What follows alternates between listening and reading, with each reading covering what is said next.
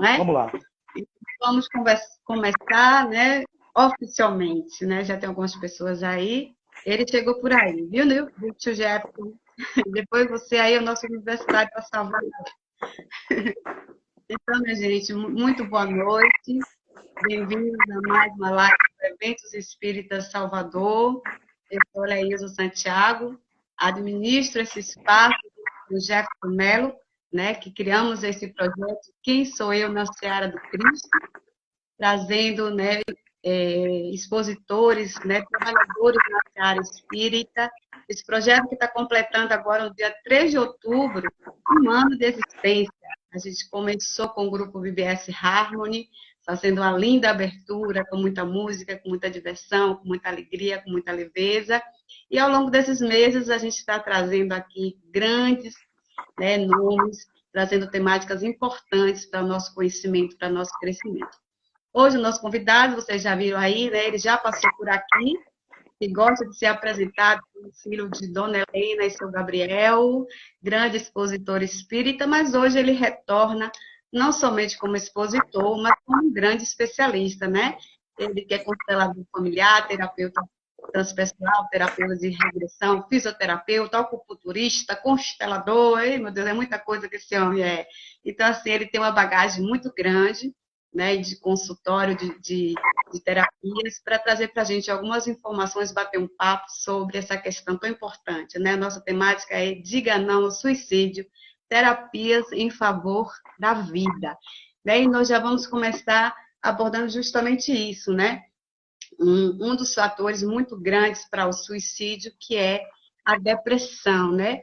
Que se configura, na verdade, como uma doença de múltiplos fatores, né? O social, o psicológico, o biológico, os cognitivos. E por essa razão, necessita, né, de tratamentos capacitados que venham a englobar todos esses fatores, né? O que dificulta o tratamento, né, da depressão, para levar ao suicídio. E aí a gente quer saber do Flávio Nero inicialmente, né? Que ferramentas a terapia transpessoal utiliza para ajudar as pessoas que estão nesse quadro de suicídio, nesse quadro de depressão, né? Tentando já chegar nesse ato tão profundo. Como é que a terapia transpessoal pode ajudar essas pessoas a não chegar ao ato final? Léo, boa noite àqueles que estão chegando e boa noite aos que vão vir posteriormente e vão ouvir a live também com a publicação que vai ficar aí no próprio canal, né? Eu vou tirar porque eu estou tendo retorno e não está agradável para mim. Vou tirar.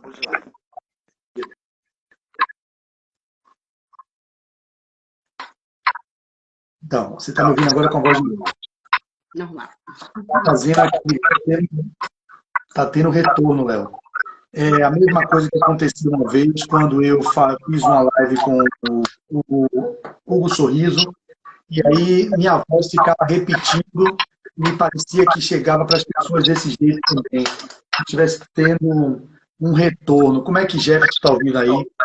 Deixa o microfone, Leísa. Jefferson, mandando você fechar o microfone. Pediu que eu fechasse? Ele Fechou? Ele gosta de mexer, ele sabe que eu não... Então, tem sim, assim, ó. Tem o meu microfone, tem uma câmera, tem alguma coisa assim. Aí quando eu fico falando, fechou? Agora. Pronto. Então é isso, Jefferson. Obrigado, universitário, Jefferson.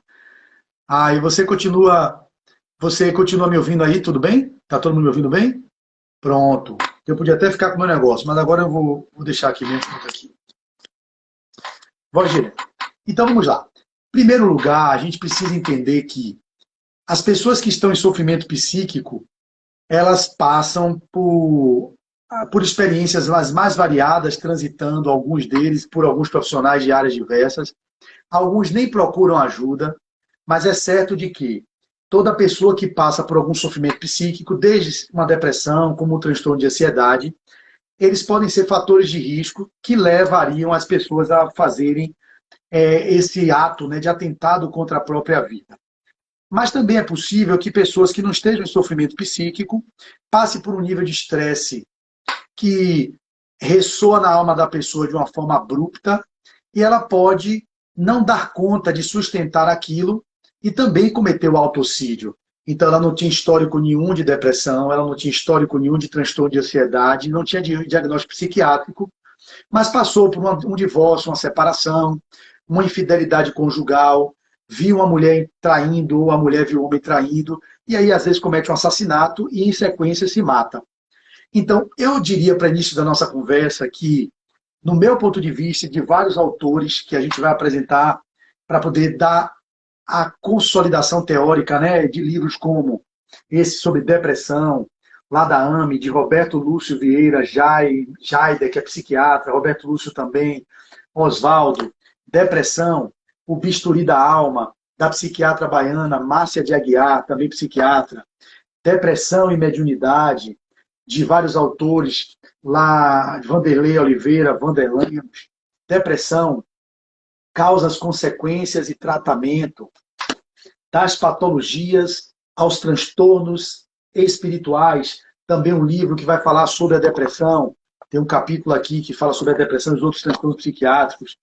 Depressão, na perspectiva, um estudo de como a medicina ocidental e a medicina tradicional chinesa se complementam. Então, uma visão integrativa da abordagem da depressão. Aí você tem um livro de Sueli Schubert, Transtornos Mentais, e que eu separei aqui o capítulo justamente da depressão, que é um transtorno do humor. Isso eu faço porque as pessoas vão tendo interesse de pesquisar. Tem esse também de André Trigueiro, Viver é a Melhor Opção, que é um livro clássico, que ele faz um estudo do suicídio, da perspectiva da publicação do OMS, que aconteceu lá em 2014, com números, estatísticas, falando sobre o suicídio. Aí você tem Leonardo Machado, psiquiatra pernambucano, que também é espírita, escreveu esse livro, Transtornos Psiquiátricos, um olhar médico espírita, para entender que existem vários autores, como sendo tanto autores que são do movimento espírita, psiquiatras, portanto, estudiosos, como outros autores que não são necessariamente psiquiatras, ou melhor, não são espíritas, mas são pessoas que estudam, né? E tem um autor que é o Rudd Duckley, um psiquiatra que escreveu vários livros, A Doença como Caminho, A Doença como Símbolo, A Doença como Linguagem da Alma, A Doença como Oportunidade, todos dele, de Rudd Duckley. O que eu quero dizer é, a gente vai encontrar na literatura, sem falar O Demônio do Meio-Dia, sem falar essa edição tá ultrapassada, de Paulo Dalgarrondo, que escreveu Psicopatologia e Semiologia dos Transtornos Mentais. Já tem uma edição nova, uma edição antiga, mas tem outro livro que é o do Geraldo Balloni, que fala sobre Da Emoção à Lesão, um guia de medicina psicossomática, trabalhando também a depressão aqui no capítulo que eu também separei, específico, falando sobre a perspectiva de como a depressão se instala, como ela é um processo também que pode ser caracterizado como uma doença psicossomática, enfim, que pode somatizar. A sua pergunta, portanto, eu fico fazendo desse jeito, Léo, porque não dá para falar de um tema tão complexo como esse, dizendo como é que a psicoterapia transpessoal, ou como é que a terapia transpessoal aborda um sujeito que está em sofrimento psíquico, porque a gente não tem uma receita pronta para abordar um sujeito. A gente tem como a transpessoal tem uma visão que fala pelo próprio nome transpessoal, que vai além da pessoa, ela não tem a visão que é limitada à construção da mente no corpo físico, ela vai além da mente, das memórias extracerebrais, das conexões com entidades espirituais, ela trabalha com a terapia de vidas passadas, então ela inclui um olhar mais abrangente, e que o Conselho de Psicologia, eu não sou psicólogo, não acolhe ainda como uma linha de força da psicologia, porque ela fica em 3 linhas de força, que é a psicanálise, o behaviorismo e a psicoterapia humanista. Mas a transpessoal, que é uma vertente da humanista, que surge com Abraham Maslow, que surge com Groff, com outros estudiosos, Ken Wilber, hoje um dos grandes pensadores da terapia, da psicologia transpessoal, como Roberto Crema, Pierre Weil, às vezes eles não são ainda considerados em algumas linhas dos psicólogos mais tradicionais e ortodoxos. Mas a psicologia transpessoal ela vai ter esse plus. Ela vai olhar o ser na sua multidimensão biopsico, sócio-espiritual, transexistencial, palingenésico. Ou seja, é um ser que reencarna, é um ser que viveu antes, que vive agora e vai viver depois. Ela tem uma premissa que inclui o sujeito além dessa constituição biológica ligada ao nascimento até a morte do corpo físico e a morte do sistema nervoso, a morte cefálica, ela acredita, estuda, e tem vários estudos e publicações que mostram que tem a memória extracerebral, a experiência de quase morte, os encontros chamados transpessoais, quando de vivências xamânicas e os mais variados tipos de abordagem que esses estudiosos, como Groff, usando o LSD, percebeu os estados alterados de consciência, onde a pessoa fazia estados de saída do corpo e visualizava entidades espirituais, depois trazia. Então, são psiquiatras estudiosos que já sabem que a gente não é apenas uma argamassa de células e controlada por uma bioquímica cerebral. Enquanto o nosso paradigma de análise dos transtornos da depressão, os transtornos psiquiátricos, e uma das grandes chagas, que é o suicídio, e que, segundo a Organização Mundial de Saúde, até 2025, deve ser a primeira causa de morte no mundo, com a maior causa de morte sendo ela, portanto, a pandemia só fez acelerar isso. A gente vem vivendo uma pandemia de suicídio velado, porque não pode ser dito nem revelado, você sabe disso, porque você também estuda essas coisas, porque tem chamado o fenômeno Werther. Se você divulga, as pessoas que estão pensando em se suicidar, elas se utilizam daquelas estratégias do que já saiu na mídia e pode cometer o ato de atentado contra a própria vida. Então tem rigores de como deve ser informado pela mídia. Então são várias formas de olhar o processo de adoecimento psíquico e, na sua pergunta, que a psicologia e a terapia transpessoal abrange o sujeito, sabendo que ele, em sua gênese, é um espírito imortal em sofrimento psíquico e que manifesta um sintoma que é a depressão e que de uma dessas expressões, em cada 10 pessoas que têm depressão, 30% delas cometem o suicídio, né? 2/3, salvo engano, as estatísticas apontam para isso. Então, o risco dos depressivos cometer o suicídio é maior. Então, a gente tem que entender na perspectiva de que é um sujeito e que, por ser um sujeito, ele não é só a bioquímica que deve ser equilibrada com os remédios que controlam a serotonina, a dopamina, que faz os ajustes psíquicos dos neurotransmissores que são fundamentais para um estado grave de depressão, é necessário realmente medicar, a psicoterapia de apoio, mas sem prescindir do trabalho espiritual e das outras terapêuticas, que já têm evidências que trabalham concomitantemente com a medicina tradicional, com respostas efetivas no que diz respeito à tentativa de harmonia da dimensão complexa que é o ser biopsico-sócio-espiritual. Então, acho que a psicologia transpessoal tem essa diferença. Os terapeutas transpessoais têm esse diferencial. Eles olham o sujeito e não acreditam apenas que ele é mera neuroquímica. Ele tem algo além da neuroquímica e não só a mente, como se fosse uma sudorese do cérebro, e sim um espírito imortal que é o gestor da psique e que, portanto, a mente está a serviço do espírito na expressão, na relação com o mundo. Então, isso muda tudo. A gente vai aprofundar nas suas perguntas. Maravilha. Então, assim, a gente sabe, né, que as causas da depressão, né, são bem particulares, bem diversificadas, né? Cada caso é um caso, cada pessoa tem sua realidade. No seu consultório, como é que você detecta que tipo de terapia ou terapias, né, o paciente em especial necessita para que seja feita toda a transição dela, né, dos seus processos? É feita uma anamnese inicial? Você sente a energia do paciente ou as duas coisas combinadas? Pois bem, a gente tem, como você tem percebido, é uma pandemia de pacientes com transtornos psiquiátricos e depressivos. A nossa abordagem, quando os pacientes nos procuram, eles estão em sofrimento. Às vezes, alguns deles vêm com diagnóstico formado por um psiquiatra que tem uma depressão já estruturalmente consolidada e diagnosticada. Outros buscam por um movimento de autoconhecimento, porque às vezes nos veem fazendo palestras, falando de temas os mais variados, se identificam com o perfil e vêm fazer terapia. Ontem eu atendi 3 pessoas de primeira vez. Foi a tarde toda com 3 pessoas incríveis, que eu criei um vínculo muito agradável, que talvez entre no processo terapêutico comigo. Uma buscava porque há muito tempo atrás sofreu uma espécie de abuso e viu numa palestra minha que eu podia ser um suporte para o que ela precisava. Já passou por psicanalistas, por terapeutas junguianos, já fez cognitivo comportamental e viu que talvez eu fosse aquilo que ela requereria. Quando ela viu que eu trabalho com terapia de regressão a vidas passadas, ela tinha feito lá atrás com uma pessoa, se deu muito bem. Então busca a gente com essas propostas as mais variadas. Uma outra psicóloga que também já fez terapia junguiana, 6 anos de psicoterapia junguiana, já fez transpessoal, na formação que ela teve que fazer obrigatoriamente para receber o título de psicoterapeuta transpessoal, já fez psicanálise e também me buscou ontem. Falei, mas você vem para mim, eu não sou psicólogo. Eu digo, mas eu quero você, porque eu já fiz com vários psicólogos e agora eu sinto que você é um terapeuta que pode me ajudar naquilo que você me entrega, no sentido do que eu venho acompanhando suas lives há 1 ano, minha mãe vai para Flávio, e eu tive a honra de ontem receber também uma psicóloga que já fez terapia com vários psicólogos e está vindo para mim que não sou psicólogo.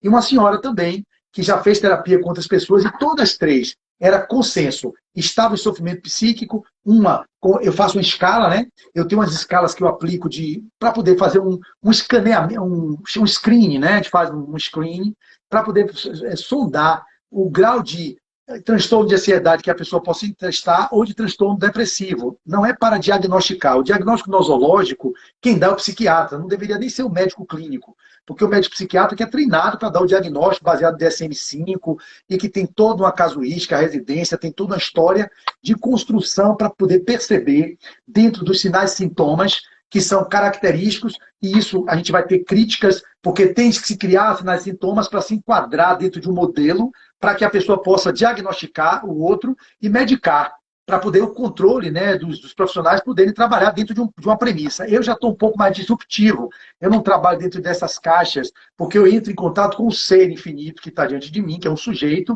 e que, portanto, é diagnosticado com transtorno de ansiedade generalizada, depressão, pânico, o que for. Isso não me interessa muito, para eu não ser tipo enviesado a tentar abordar dentro do enquadramento que ele vem, mas eu não desconsidero o que os médicos diagnosticam, o que os profissionais diagnosticam, mas eu faço perguntas diante deles. E aí perguntas podem ser mentais e vou percebendo a energia, tem um protocolo básico, né? A gente faz realmente, como ele diz, uma escala de depressão, uma escala de ansiedade, aquilo me serve como parâmetro para no futuro, caso ele entre na terapia comigo, eu poder fazer novamente uma reavaliação e mostrar como ele entrou e como ele está saindo. É só um parâmetro estatístico e também para eu sentir, tendo em vista que as doenças mais prevalentes hoje é a depressão e a ansiedade. A número 1 é a ansiedade. A doença psiquiátrica mais prevalente no mundo é a ansiedade. Depois, a depressão, que muitas delas são culminâncias do processo ansiogênico que pode levar a um processo depressivo.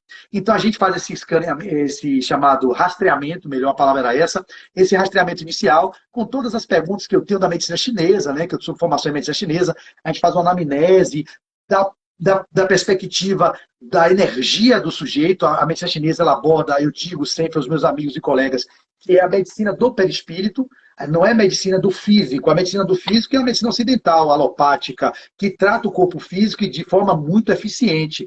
A gente que trabalha com a medicina chinesa, nós somos, entre aspas, os terapeutas do corpo vibracional, ou seja, nós somos os terapeutas que cuidamos do perispírito. E nós, como espíritos, eu sempre na minha formação, eu dei aula na Baco, na academia, na escola que eu me formei, e eu sempre tive essa visão. Desde a época que eu era estudante, eu olhava na perspectiva de que os meridianos eram o corpo perispiritual mapeado pelos chineses, como os doshas e os nadis, melhor dizendo, da Ayurveda, é o mapeamento do corpo espiritual. Então, a abordagem é também nesse corpo bioenergético. E a gente vai atuar nele para poder melhorar a condição do órgão, para poder melhorar os hormônios, trabalhando os chakras e por aí vai. Então, essa perspectiva abrangente faz com que a gente tenha um olhar que não é aquele olhar já restrito. É isso, tem que fazer isso e tem que fazer isso. Está com depressão, toma esse remédio, vai fazer cognitivo comportamental e vai fazer uma psicanálise. Isso também é legal. Mas o que mais é possível, além disso, que a comunidade não está olhando, porque ficam presas nos paradigmas do que está posto. Não sou a favor de panaceia, mas eu sou a favor de que nós tenhamos um movimento de olhar o sujeito na sua individualidade e não fazer protocolos de abordagem com os seres, porque tem características que são enquadradas dentro de um processo que é legítimo com o DSM-5, que é que é a referência que os médicos se utilizam para poder fazer os diagnósticos, mas a gente pode olhar além disso, existe um espírito imortal. E o que é que aquele espírito imortal demonstra? E a gente vai dizer, baseado na literatura espírita, que o depressivo, de um modo geral, é um espírito rebelde. Aqui, com todo respeito, eu tenho cuidado como expositor espírita, eu faço palestra em vários centros, as pessoas estão lá com depressão, com ideação suicida, e eu falo isso com cuidado, mas eu não posso deixar de dizer, porque eles estão no movimento de sofrimento psíquico, passaram pela cabeça. Você participou, eu vi, do seminário de Depressão e Ansiedade com Peixinho, Leonardo Machado e Divaldo Franco lá na Mansão, né? Você viu a abordagem dele, de André Luiz Peixinho, quando a gente olhar o sujeito como espírito imortal, a gente não vai precisar de médico, ele mesmo como médico dizendo isso.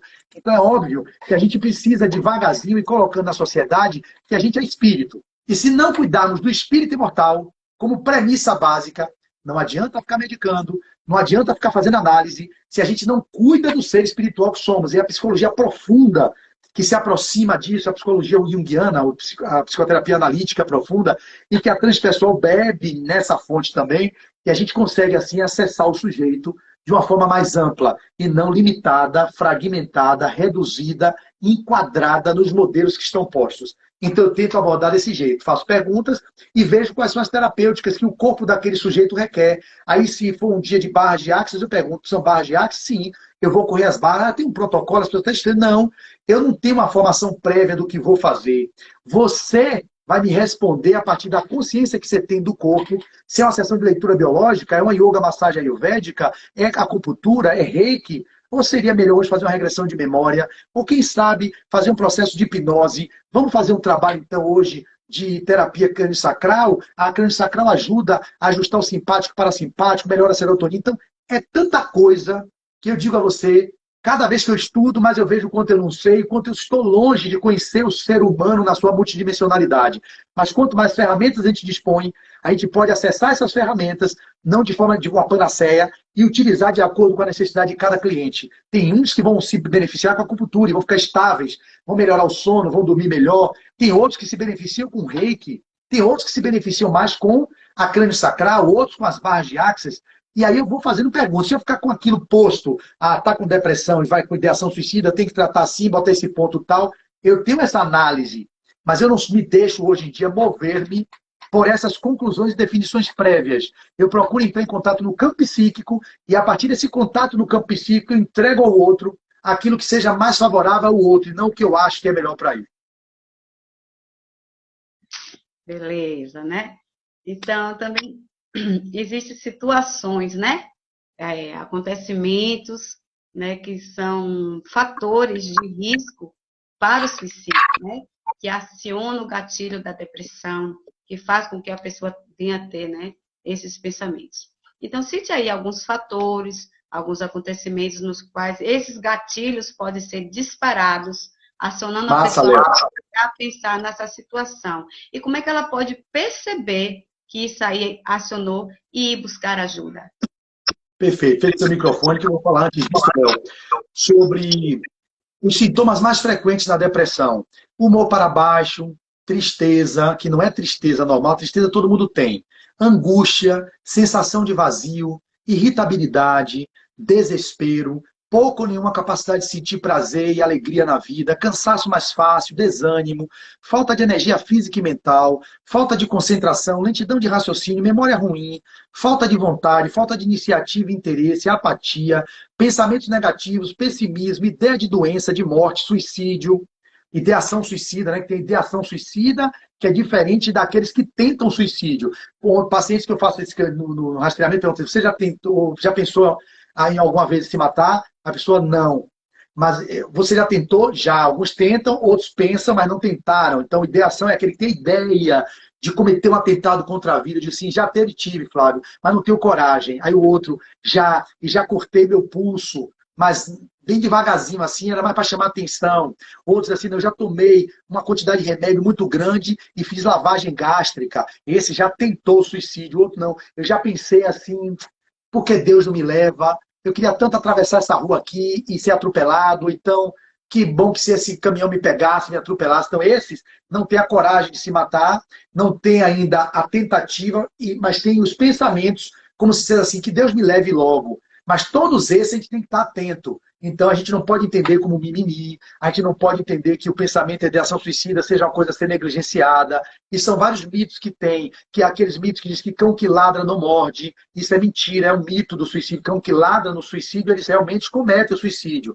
Então, no que você me pergunta, existem fatores de riscos, né? Que eu posso também, deixa eu acabar os sintomas aqui. Perda ou aumento do apetite ou peso, redução da libido, insônia ou dormir demais, chamado hipersonia,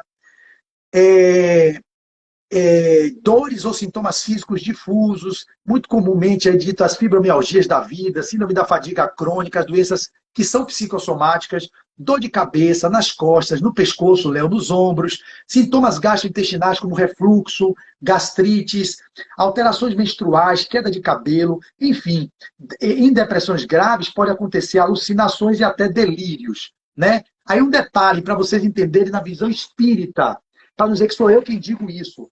André Luiz diz isso, Emmanuel diz isso, Joana de Anjos diz isso, Manuel Filomeno de Miranda diz isso. Então, como nós somos espíritas, eu não vou fazer, eu não vou, em qualquer lugar que eu esteja, Léo, eu tenho isso na minha mente. Eu fiz residência na Federal, em Medicina Social, um ambiente altamente acadêmico, pessoas conceito 6 do CAPES, muitos professores, doutores, PhDs meus, médicos, psicólogos, sociólogos, todos agnósticos, alguns ateus, e eu não tinha o mínimo pudor. Meus professores lá eram André Luiz Peixinho, foi meu preceptor, ele ficava até às vezes assim, cabreiro. Eleonora Peixinho, médica também, professora. E eu não tinha vergonha de dizer, e era tido como um patinho feio. Esse aí é o espiritualista. Eu incluía o olhar do espírito nas minhas falas, e a pessoa, como assim? Eu digo, olha, se as senhoras, doutoras, pós-doutoras, nas ciências convencionais, não são doutores nem estudiosos da ciência espírita, eu não posso ficar me furtando de falar de algo que eu estudo há tantos anos, não publiquei artigo, publiquei nada, mas o espiritismo é uma ciência. Se vocês não compreendem enquanto ciência, eu lamento. Vão estudar. Vocês estudam as várias ciências. E por que não estuda a ciência espírita? Que sabe estudar o espírito imortal que somos, de onde a gente veio, o que está fazendo aqui, para onde vai, a comunicabilidade com o plano espiritual. Eu não posso lidar com o ser na minha frente prescindindo desse olhar. Eu estaria fragmentando a minha abordagem. Eu atuo com meus pacientes me vendo diante de um espírito imortal, que tem as suas idiosincrasias, as suas demandas físicas, existenciais, mentais, emocionais, afetivas, relacionais, sociais, econômicas, conjugais, enfim. É esse o olhar. E esse olhar complexo, eu me lembro de Peixinho lá na residência, que eu sou fã dele, ele dizia assim, no SUS, para os problemas complexos que nós temos que ter olhares complexos. E aí tem um grande estudioso, Edgar Morin, que é a complexidade da abordagem. O olhar tem que ser complexo. Na saúde pública, a gente tem que ter educação em saúde, a gente tem que ter políticas de inserção social, de renda, para a saúde, eu estou falando da saúde como um todo, né? Ela se tornar uma saúde integral. Não adianta só medicar os pacientes.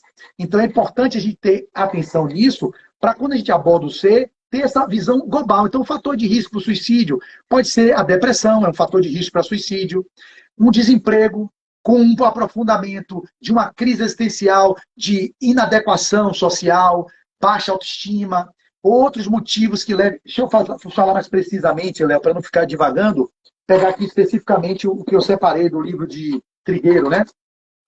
Tem aqui alguns fatores de riscos que ele traz aqui no livro, que eu achei bem legal, alguns deles, né? Deixa eu pegar especificamente aqui. Fatores de risco.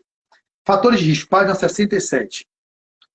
Para poder ficar bem preciso na informação, ele vai dizer assim, vai citar o livro O Demônio do Meio-Dia, que é de Solomon, um jornalista americano, que é um grande best-seller esse livro, que fala sobre o suicídio. Ele vai falar, a depressão, o mal do século, atinge mais de 350 milhões de pessoas em todo o mundo. Então, o perfil sociodemográfico do grupo mais exposto ao risco é de homens, fator de risco, homens entre 15 e 35 anos é fator de risco, ou acima de 75 anos, residentes em áreas urbanas, desempregados ou aposentados, isolados socialmente, solteiros ou separados, imigrantes. Mas, dentre todos os fatores de risco, há dois que se destacam. Já ter tentado se matar ao menos uma vez e ser portador de algum transtorno mental, principalmente a depressão. A Organização Mundial de Saúde, ela estimou o risco de suicídio de acordo com diferentes gêneros de patologias de ordem mental. Vamos lá. A taxa de letalidade seria de aproximadamente 4% entre os depressivos, 7% entre os alcoolistas, 8% entre os diagnosticados com transtorno bipolar do humor e 5% entre os esquizofrênicos. A probabilidade desse risco de suicídio resultar em óbito depende de vários fatores, principalmente da forma como cada um de nós enfrenta o problema. O nível de informação de que dispomos, nós somos familiares e amigos, ele inclui familiares e amigos, para lidar com ele e as redes de assistência disponíveis. Então, e finalmente, pela sua magnitude e consequência, a depressão merece um capítulo à parte entre as patologias de ordem mental diagnosticáveis e tratáveis que podem levar uma pessoa a se suicidar. Segundo dados da Organização Mundial de Saúde, de outubro de 2012, a depressão, ou mal do século, atinge mais de 350 milhões de pessoas em todo o mundo. Beleza? Então, para vocês verem. E aí diz, a crise global da depressão, deixa eu ver outra informação aqui, que é importante. Estima-se que mais de 4 dos cidadãos em idade de trabalhar tenham sofrido algum tipo de doença mental, incluindo a depressão. E, por fim, também conhecida como transtorno do humor, a depressão se manifesta de diferentes maneiras e graus de intensidade, né? Já falei sobre isso.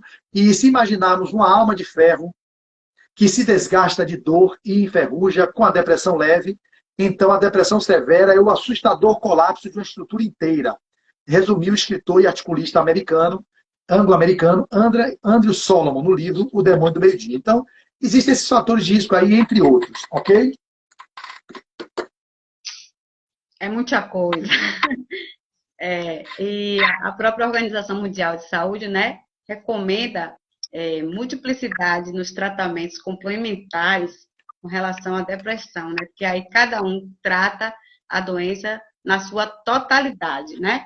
Então, assim, que terapias associadas você utiliza no seu consultório, né? Para tratar pacientes que estão em estado depressivo, né? Para que eles não cheguem a ter a ideação suicida. Vamos lá.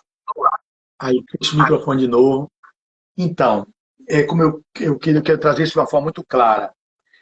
Às vezes, né, tem em volta de mim algumas pessoas, amigos meus, que estão trazendo relatos de suicídios. A gente até muda a palavra quando fala no... Eu nem sabia disso, né? As pessoas não escrevem suicídio como você escreveu. Bota sul e bota um i ao contrário e escreve diferente, porque o algoritmo do Instagram, do Facebook, eles não entregam muito e trava as coisas que falam sobre suicídio, ou às vezes até bloqueia e vê um monte de coisa. Pode ser alguém incentivando ao suicídio. Eu nem sabia disso, mas eu vejo que alguns colegas têm escrito e têm colocado o nome ao contrário, diferente, porque dá para ler, mas ao mesmo tempo a gente sai desse lugar que é o algoritmo que não deixa divulgar. Então, Léo, existem muitas pessoas se suicidando, né? E está muito, muito intenso isso que vem acontecendo. Eu tive uma amiga minha que me mandou mensagem aí há pouco tempo, foi um jovem que se suicidou aqui, né, no bairro de Salvador, e ele já estava com um transtorno psiquiátrico, se tratando com alguns, eu não tenho muitos detalhes, mas ele resolveu se matar. A forma que ele fez foi uma forma meio trágica, não vou falar aqui para poder também não gerar incentivos, né, nas pessoas, mas ao mesmo tempo, ele vinha clamando por um sofrimento que talvez as famílias não conseguiram perceber. Existem pessoas que dizem de fato, eu fiz uma palestra outro dia lá na Casa do Caminho, e uma mãe me abordou ao término da exposição e falou: eu queria falar com o senhor, porque meu filho, que tem ideação suicida, já tentou suicídio 3 vezes, ele nunca riu e nem bateu palma numa palestra. E na sua palestra, ele ficou tão feliz e entusiasmado que batia a palma que eu quero ver como é que o senhor pode ajudar meu filho. Eu digo: ô, minha amiga, vem agora. Chamei o menino para perto, comecei a bater papo com ele, ele tem 16 anos. Eu olhei para a fisionomia dele e vi que ele tinha uma fáscias, que é como se fosse uma fáscias que tem transtornos psiquiátricos ali envolvido. Ele está em psicanálise, atendimento com psicanalista. Aí eu perguntei se ele estava na juventude espírita, ele falou que tinha entrado, mas saiu. Chamei a atenção dele que não saia, porque às vezes são os cobradores evolutivos que querem tirar ele do propósito, do autoconhecimento. Então, a condição básica, Eleilza, para cuidar dos meus pacientes, é básico para todos. É um trabalho profundo de indicação para o movimento do vai para dentro, de olhar-se como um ser imortal dentro do sistema de crenças. Claro que a maioria das pessoas que me procuram são do movimento espírita, são espiritualistas, ubandistas, candomblecistas, um ou outro evangélico que vem, mas esses ficam um período curto, porque a minha abordagem, que trabalha com medição de campo vibracional, com radiestesia, aí eles começam, alguns deles são muito dogmáticos, né? Eu já tive uma paciente que foi da carismática, eu não sabia que era tão assim, não estou dizendo que eles todos sejam, mas a paciente é enfermeira, da área de saúde, eu lembro como hoje, eu medi os chakras dela e disse assim, olha, isso aqui é um trabalho de radiestesia, é uma ciência que eu uso para olhar o campo vibracional, mesmo explicando tudo, ela viu o símbolo do Yin e do Yang, que era o símbolo que tem na minha sala, que eu sou acupunturista, o símbolo do Tao, do taoísmo. Ele olhou aquilo tudo, foi para o padre, não estou dizendo que todos sejam assim, e aí foi dizer para o padre que estava fazendo terapia comigo, com o terapeuta que usou um negócio de um pêndulo, que girava no chakra, que tinha o símbolo do Yin e do Yang. Ele, não, isso é coisa do demônio. E o cara mandou ela sair. Ela saiu do tratamento. Então, essa não era nem evangélica, era da carismática. Os evangélicos, quando vêm também, eu tento falar dentro do sistema de crença deles, sobre Jesus, sobre a perspectiva, se for tiver com algum encosto, eu falo, vá fazer uma consulta com o seu pastor, se for para a sessão do descarrego da Assembleia, eu mando ir para a sessão do descarrego lá na igreja dela, se for do candomblé, mando falar com o Iorixá, mas eu sempre vou estar solicitando ao paciente que faça um movimento do autoencontro, porque não será o terapeuta, nem o médico, nem o medicamento que vai mudar a realidade psíquica de um ser que eu já sei que é um espírito imortal, que vem transitando em sucessivas existências, com vários acúmulos de culpa, complexo de culpa, transtornos de mágoas, ressentimentos, rancores, raivas, ódios, vitimizações, e que a grande chaga de tudo está na questão 913, qual é a base de todos os vícios? É o egoísmo. Então nós somos uma sociedade hedonista, egóica, individualista, então todos temos em maior ou menor grau manifestações de inveja, ciúme, vaidade, e que o pano de fundo está nesse autodesconhecimento de nós mesmos. Então o caminho da abordagem sempre vai ser nesse sentido. É um mergulho para dentro, eu faço o chamado psicoeducação, eu mando vídeos de séries que eu vejo, palestrantes sobre efeito sombra, outros oradores espíritas que têm psicólogos que trabalham com a série Vai para Dentro, explicando o que é o ego, a máscara do ego, sombra, racionalizações. Então, esse é um protocolo que eles não são obrigados, mas eu sugiro, se eles quiserem ficar menos tempo no processo terapêutico, eu encaminho normalmente para os centros espíritas quando eles têm abertura para tal. Eu digo, olha, tem a Universidade Livre do Espírito, que é uma universidade que explica sobre o que é o espírito imortal, na perspectiva da visão de que você é um espírito imortal. Aí muitos vão para lá e começam a estudar, e começam a se conhecer nos estudos. Falam, aquilo é massa, que legal. E ele, mesmo estando no estado de humor depressivo, a gente vai incentivando a leitura, a gente vai propondo. E no consultório, eu vou usar as ferramentas, né? Para mobilizar a energia vital, bota acupuntura para circular o tipo, que às vezes é estagnação da energia.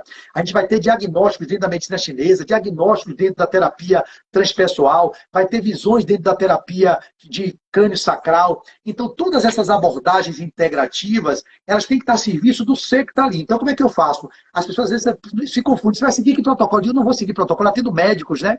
Que estão acostumados com protocolos. E aí pensa que eu vou seguir, essa sessão você fez isso e a outra. Eu digo, não, a outra eu vou perceber a energia. Como é que você se coloca diante de mim? Se for a parte de fala, porque também tem a terapia através da fala, onde o sujeito precisa esvaziar os conteúdos. Mas tem dias que a gente vai para o corpo. Minha esposa trabalha com análise bioenergética. A gente faz exercícios de bioenergética, de ground, vai para o stool, que é fazer a abertura do diafragma para poder respirar melhor e conseguir oxigenar mais a base do pulmão, trazendo a consciência do corpo, a presença. Então é uma forma que eu olho assim de, meu Deus, por isso que as pessoas não querem, as pessoas querem fórmulas mágicas, querem um comprimido, querem um passe milagroso, querem um terapeuta que diga uma coisa que mude a realidade. Não, eu mostro sempre, o esforço é conjunto. Eu vou entregar o melhor que eu tenho à minha disposição, mas é preciso que você faça a sua parte, me ajudando a te ajudar, porque eu não curo ninguém.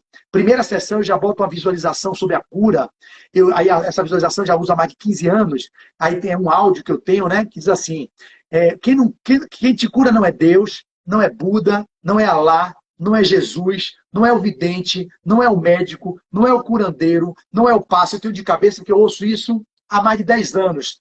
O que te cura está dentro. É quando você olha os medos, as culpas, as mágoas, os ressentimentos, e através desse olhar para dentro, você consegue ressignificar a sua história e buscar um lugar de não ficar no menos. Ou seja, na vitimização, na culpabilização do outro, na mágoa, no ressentimento, e que fora de fundo disso é um orgulho, mas muitos escolhem continuar condenando o pai que abusou, condenando o marido que traiu, mantendo relacionamentos tóxicos. São escolhas. Eu digo, se você escolhe viver nesse lugar, ok. Você tem um caminho para poder realizar um novo movimento da sua alma. Você escolhe ficar no menos da sua existência, ou você tem um caminho que aí eu dou os caminhos, né? Eu mostro o roteiro, o processo meditativo, o mergulho para dentro na escola de religiosa que você faça parte, o grupo de autoconhecimento, você praticar atividade física regular, entrar num grupo de futevôlei, vôlei de praia. Claro que a pessoa no estado depressivo e com o humor deprimido, ela não tem essa energia para disponibilizar para isso. Eu estou falando de momentos do processo terapêutico.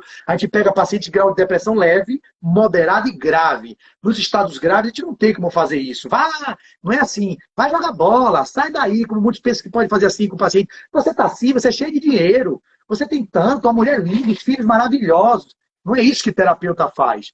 O terapeuta entende que é uma dor profunda, e que a gente vai dizer, e aí não sou eu quem digo, é melhor até me cobrir, no livro de Shula Shuba, ela vai dizer, na visão espírita, as pessoas deprimidas apresentam um quadro de sofrimento intenso. Isso é inequívoco.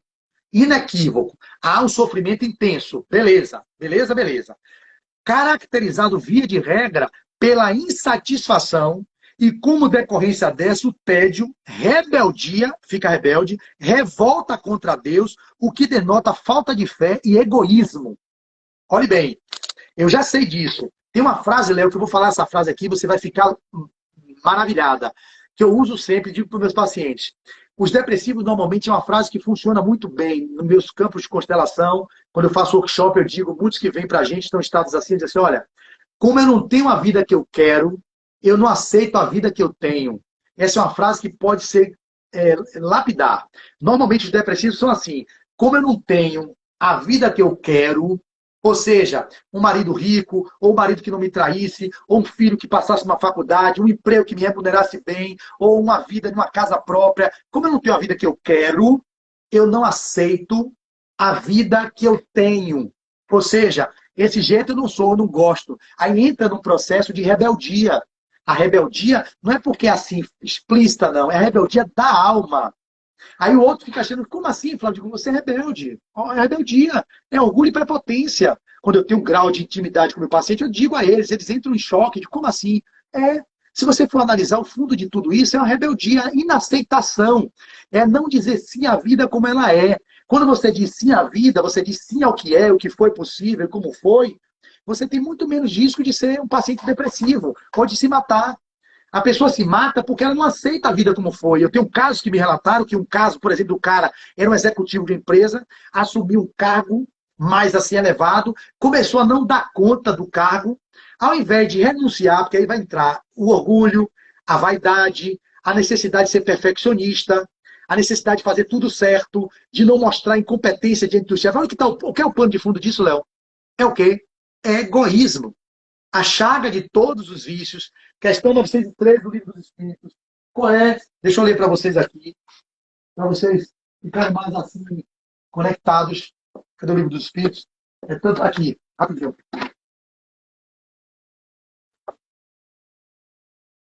A gente está falando aqui uma live no Eventos Espíritas, né? A pergunta é essa, 913. Kardec pergunta aos espíritos, dentre os vícios, qual que se pode considerar radical? Resposta, temos dito muitas vezes, o egoísmo. Daí deriva todo o mal. Estudai todos os vícios e verei que no fundo de todos há egoísmo. Por mais que lhes deis combate, não chegareis a estipá-los, enquanto não atacardes o mal pela raiz, enquanto não lhe houverdes destruído a causa. Tendam, pois, todos os esforços para esse efeito, porquanto aí é que está a verdadeira chaga da sociedade. Quem quiser desde já, desde esta vida, e aproximando-se da perfeição moral, deve expurgar o seu coração de todo sentimento de egoísmo, visto ser o egoísmo incompatível com a justiça, o amor e a caridade. Ele neutraliza todas as outras qualidades. Então, o suicida, ele não é nem covarde e nem corajoso. Digo isso sempre. Nem é covardia, porque, é covarde. Não. E nem é corajoso. Se jogou na frente do tempo, pulou do 13º, não é corajoso. É um sofrimento psíquico extremo, mas que o pano de fundo é o egoísmo. Extremamente egoísta. Por quê? Porque a base de todos os vícios é o egoísmo. Então, o que foi que esse rapaz se suicidou, se jogou lá do prédio, lá no Corredor da Vitória? Não deu conta do trabalho, não conseguiu administrar a função, não conseguiu cumprir os prazos, ao invés de renunciar, ter humildade, talvez, assim, não dou conta. Entrega essa zorra. E aí chega, se joga, se mata, deixando 2 filhos e uma mulher. Que é isso, se não egoísmo? Eu não estou dizendo que tem um sofrimento psíquico, pelo amor de Deus. Há um sofrimento psíquico que a pessoa não dá conta, não conseguiu elaborar, não teve meios de equacionar aquilo. Mas se você for olhar na perspectiva do espírito imortal, o que está por trás? O egoísmo, o orgulho, a falta de humildade, de resiliência, de tolerância, de aceitação, de dizer sim à vida como foi. Muitos se suicidaram na crise, se jogando de prédios porque perdeu os cargos e diminuiu o valor de 60 mil para 20. É muito dinheiro, 20, mas não aceita. Vou ter que tirar meu filho do colégio particular, botar no público, não vou poder dar o restaurante cá, não posso ficar em Nova York. Olha a sociedade materialista, por isso que Kardec disse que nós deveríamos combater o materialismo, por isso. Porque o materialismo induz todos nós a vivermos na sociedade do ter. Não é o ser humano, é o ter humano e o parecer humano. Então vivemos uma sociedade hipócrita, de aparências, onde a gente constrói vínculos a partir do que o outro tem, não do que o outro é. E aí, quando o outro passa a não ter, e são pessoas fragilizadas emocionalmente, que não têm uma estrutura egóica para dar conta de lidar com essas coisas, porque faltou autoconhecimento, faltou autodescobrimento, faltou investimento no espírito imortal que nós somos, faltou investimento na espiritualidade, na religiosidade, na educação religiosa, que é fundamental e previne muito as pessoas que têm uma religião desde cedo, previne suicídio também. Então você tem várias formas de construir uma sociedade. Já se mostrou que o Setembro Amarelo não está sendo eficiente. Tem estudiosos mostrando que não está tendo eficácia, porque faz uma coisa episódica e, ao mesmo tempo, que chama atenção, ok, mas não está tendo uma resposta como eles esperavam que teria, ou com diminuição do índice de suicídio. Pelo contrário, tem aumentado o índice de suicídios. Nas estatísticas antigas, a cada 40 segundos, uma pessoa se mata no mundo. A cada 40 segundos. A cada 40 minutos, no Brasil, uma pessoa se matava, se eu não me engano. 800 mil pessoas se mataram naquela época dos estudos feitos. Então, isso tem aumentado. Com a pandemia, aumentou mais ainda. As pessoas estão... Por quê? Porque elas colocaram suas alegrias, suas felicidades, projetaram suas realizações naquilo que é perecível, naquilo que a traça vai corroer, naquilo que o ladrão vai roubar. Quando você coloca a sua felicidade, seu propósito naquilo que é secundário e que não é o essencial à vida, você vai ter um risco imenso de deprimir, um risco imenso de viver os transtornos de ansiedade para adquirir as coisas, para estar competindo, para estar sempre no topo. E aí você chega no topo e vê o vazio existencial. Eu tenho tudo. Quantos pacientes eu atendo que são milionários? Milionários, porque milionário é quem tem milhões, né? Eu tenho pacientes milionários que ganham 60 mil por mês, 80 mil por mês. Imagine, patrimônio de 30 milhões, 20 milhões, depressivos, alcoolistas, transtorno de ansiedade, tudo certinho, às vezes concursados com emprego certo, ganhando 25 mil por mês, 27 mil, nas áreas do direito, nas áreas da saúde, todas as áreas, depressivo. Eu digo, gente, era isso que você queria? Era, queria tanto meu concurso, estou lá e agora está desse jeito, e aí vai morrer assim, segurando esse osso, mas não faz um desapego, não. Eu lutei muito por esse concurso, foi minha vida. Eu digo, e vai morrer aí. Por que você não renuncia? Até outras pessoas que podem renunciar a um plantão. Não, tem que trabalhar muito. Aí começa a ter burnout. Aí não sabe por que está com TAG. Transtorno de ansiedade generalizada. Eu um dia atendi uma médica, né? Não vou dizer a especialidade dela, mas eu atendi muitas pessoas. Eu tenho 20 anos de formado. Eu faço agora em janeiro 20 anos de formado. Ela chegou para mim e fez assim, né, Léo, na consulta. Eu não esqueço disso. Eu dei risada, não teve como não rir. Depois ela riu dela mesma. Ela veio para mim com TAG, que é transtorno de ansiedade generalizada, transtorno do humor depressivo, né, porque é uma depressão, transtorno do humor, que pode ser unipolar ou bipolar. Unipolar é o transtorno do humor depressivo, bipolar você tem momento de euforia e momento de tristeza mórbida ou de depressão. Ela tinha transtorno de humor depressivo, transtorno de ansiedade generalizada e burnout.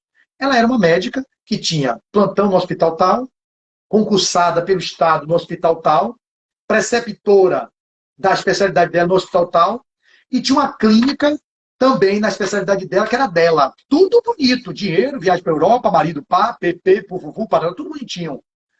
Morrendo. Aí ela chegou dentro de mim e falou assim, e aí? Fiz a anamnese, a entrevista, acolhi tudo, disse assim, você vai fazer o que com isso? Você está com tudo isso aí? Não larga, não dá para largar o Estado. Não, o Estado foi meu concurso, beleza. E o hospital lá, que você é preceptora no Hospital das Clínicas? Não, ali é minha parte acadêmica, eu tenho mestrado, eu tenho doutorado, beleza. E a clínica? Não dá para desfazer uns horários lá? Não, ali foi minha vida. Eu projetei tudo meu naquela clínica, beleza. De porra, desculpe o termo, não quer renunciar a nada. Quer ficar com tudo e morrer e se deprimir e transtorno generalizado, afastada do trabalho, com não sei o que. É isso o preço que você prefere pagar diante desse quadro grave que você se encontra? A pessoa escolhe isso porque os apegos, o ego, a estruturação da conquista, o status, eu renunciar ao meu hospital, eu deixar de ser preceptor, eu deixar de ser concursado do Estado, eu.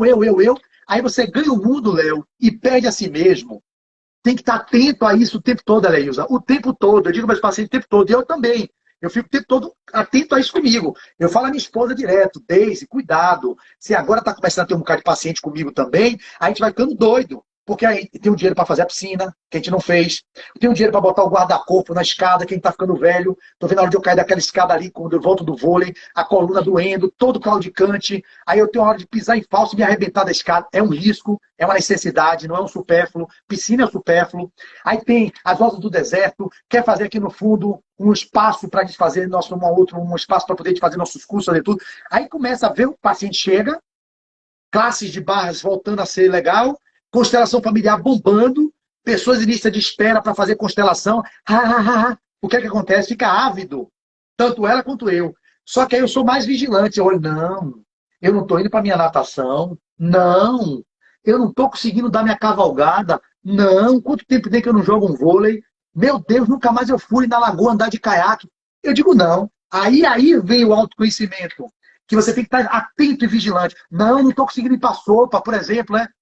Minha ONG, 17 anos, em épocas atrás, eu percebi que eu não conseguia ir. Não estou indo para a FEEB. Não estou indo para minhas palestras de peixinho toda segunda-feira e meu grupo de estudo. Não, tem algo errado. Essas pessoas não têm esse olhar. Elas botam em segundo plano a atividade física, a vida espiritual, joga tudo para cima, mas o trabalho que dá o dinheiro é porque, mentira que não é porque gosta. É porque quer o dinheiro. Não tenho nada contra o dinheiro, não. Dinheiro é bom, importante, eu adoro dinheiro. O dinheiro que me fez eu fazer minha casa, ter tudo que eu tenho, eu adoro dinheiro. Mas ele não é, para mim, essencial à vida. Ele é fundamental. Quando eu torno ele essencial, eu vou perder a minha paz. Então eu estou no movimento de olhar para isso assim, Léo. Me perdoe estender-me nessa resposta, mas aqui eu atuo em vários níveis e várias pessoas precisam ouvir isso. Porque essa é uma receita prática do dia a dia. Para pobre, para rico, para a classe média, qualquer faixa, o maior mal da sociedade é o egoísmo. E nós devemos combater o materialismo, porque essa sociedade hedônica, individualista, materialista, e que busca o ter em detrimento do ser, que tem estragado a nossa juventude, a nossa população, que é completamente alheia ao processo de espírito imortal, um ou outro, algumas ilhas isoladas, que a gente pode mudar essa realidade. Fora isso, é viver essa pandemia de depressivos e suicidas que estão buscando o ter a realização pessoal, perdendo a sensação. E aí a gente percebe, né, a importância da psicoterapia, como a psicoterapia é essencial para a pessoa poder, né, falar das suas dificuldades diárias, expressar seus sentimentos, suas emoções e às vezes até perceber, né, os sintomas e as causas da depressão antes que chegue a se tornar algo mais sério, né? Então, como é que a pessoa pode despertar para esse processo e buscar ajuda?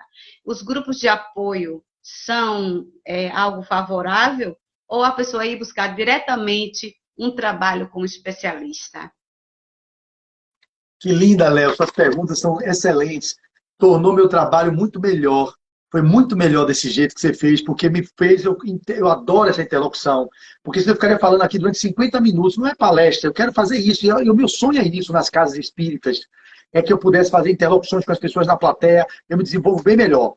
Mas eu sei que não dá, nem sempre dá. Então, Léo, sua pergunta é muito importante. A gente sempre tem que buscar ajuda de profissionais especializados, sempre, percebeu o sofrimento psíquico, familiar percebeu, o paciente está aberto a buscar uma ajuda, vamos buscar ajuda. Ontem eu atendi uma das pacientes minha, foi assim, a filha dela já foi minha paciente médica, tratei por um período longo, ela ficou muito grata e honrada com o trabalho que a gente desenvolveu nas terapias integrativas para a demanda específica dela. A mãezinha dela agora está com um quadro de esquecimento, lapsos de memória, uma senhora bonita, jovem, completamente rígida, assim, no sentido da saúde física, mas parecendo que está entrando num quadro de demência, de Alzheimer. Tem histórico na família da avó, tem histórico familiar de esquizofrenia, então pode ser um componente sistêmico fenomenológico, já vou indicar ela a constelação, que ela pode estar reproduzindo um padrão familiar por amor cego, alguém que foi excluído, aí um outro olhar, outra abordagem, que não vai caber nessa live. A gente pode até fazer uma outra live sobre isso, sobre constelação.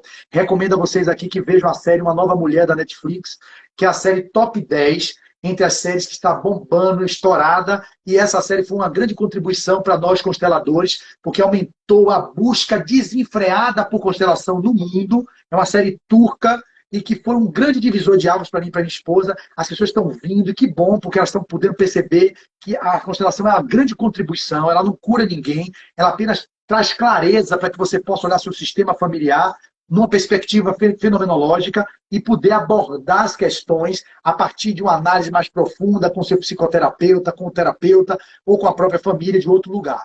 Então esse movimento é importante, a gente estar sempre atento à busca de um profissional qualificado para você dar o encaminhamento. Eu falava dessa moça, então ela veio, a filha é médica, viu que a mãe estava com um processo, falou, Flávio, e aí? Eu queria que você atendesse ela com a sua abordagem, porque ela foi para o neurologista, já fez os testes neurológicos, eu não sei o diagnóstico, se ele já chegou à conclusão se ela está realmente demenciando ou não. Ela veio para mim ontem, que passou uma sessão incrível, ela saiu emocionada, a gente já se abraçou, eu falei, olha, a senhora vai entrar num trabalho diferente, é disruptivo. Eu não sou psicólogo clássico, vou ficar aqui só falando com a senhora. Vai ter dias que a senhora vai deitar naquela maca, eu vou fazer trabalhos energéticos, vai ter dias que a gente vai para o corpo, eu vou pisar na senhora, fazer yoga, massagem ayurvédica, para liberar as couraças que você está aí sem querer chorar, liberar as suas tensões no chakra cardíaco, para você fazer sua catarse. Depois a gente vai fazer regressão de memória, se for indicado. Depois a gente vai fazer um trabalho de sensibilização de conflito. É um leque de possibilidades que não vai ser uma panaceia, mas vai ser de acordo com o seu desenvolvimento. A senhora está aberta a esse processo? Sim, meu filho, se não me procurava. Como foi que a senhora veio até mim? Minha filha percebeu isso, realmente eu percebo. E aí eu falei para ela, minha filha, eu quero ajuda. Ela quis ajuda, mas tem gente que não quer ajuda, que nem acha que está dodói.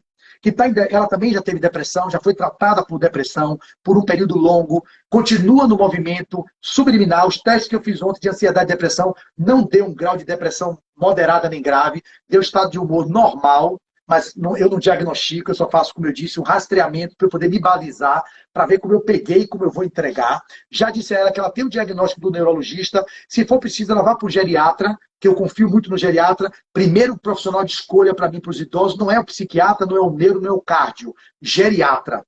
Eu já trabalhei com geriatria e gerontologia há 20 anos, eu cuido de velho. Eu sei que o geriatra tem um olhar sistêmico da saúde do idoso muito mais amplo do que um psiquiatra, do que um cardio, do que um pneumo, que vai olhar o pulmão, vai olhar o psiquismo, vai olhar o coração. O geriatra, ele olha globalmente, vê as drogas que vão causar efeitos iatrogênicos, ou seja, efeitos deletérios para a saúde mental do idoso. Aí, a partir dali, ela indica, olha, procure um neuro, ou procure, a partir do geriatra, eu faço sempre isso, eu encaminho quando é idoso. Ela veio, então a abordagem, a família tem que estar atenta à demanda existencial do sujeito. Aí, nesse caso, foi uma filha que pegou a mãe e trouxe, mas tem mães que têm filhos, como aquela do que eu falei lá no Casa do Caminho, que percebe o filho com tentativa de suicídio 3 vezes, tem um risco iminente de se matar esse jovem, está em psicanálise, tá, quer vir para mim, para fazer as terapias integrativas. Então, quando está com um psicanalista, eu respeito, eu não entro na terapia de fala. Está com psicólogo junguiano, está com psicanalista, está com cognitivo comportamental, fique com seus terapeutas de fala, porque esses trabalham com a linguagem, que é importante, ok? Ok. Vai ter recursos na junguiana, mandala, vai ter caixa de areia, vai ter outros recursos, mas majoritariamente é um trabalho de fala, é a cura através da fala. E eu também tenho, porque eu sou terapeuta transpessoal. Só que eu não só fico na fala. Então, a pessoa está lá com o seu terapeuta, beleza, veio para mim. Flávio, eu tenho psicólogo, ótimo. Como eu tenho pacientes que estão com Adenauer, estão em psicoterapia com Adenauer há 2 anos. Tem pacientes que estão com Peixinho, que são para mim referenciais na psicologia, todos 2 junguianos. André Luiz Peixinho, psicólogo junguiano, e Adenauer, psicólogo junguiano. São ao concurso em Salvador, na área da psicoterapia. A linguagem que eles usam e conseguem ter muitas respostas. Aí eles vêm para mim, eu digo, olha, você está com duas referências para mim na psicologia, na psicoterapia. Mas eles não trabalham com o que eu trabalho. Você veio para mim para isso, não foi? Então, não me procure para falar. Ou seja, porque às vezes vem para mim para fazer acupuntura, para fazer a crânio-sacral, fazer barras de axis, fazer teta healing, às vezes até para regredir. Tem um paciente que vem para mim para fazer regressão de memória, que são dos dois dele lá. E aí ele falou, vai para Flávio. O paciente quis ir para mim, falou, pode ir para Flávio. Aí veio para mim para eu fazer as regressões.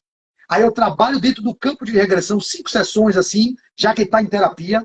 Equaciono dentro do processo da regressão, ele leva para o terapeuta dele, vai dialogar sobre a crise existencial, por que a depressão, se tem uma gênese que é infantil, vamos regredir a vida intrauterina, a período perinatal, as vidas pregressas, vamos fazer uma leitura biológica para ver se tem ancestral,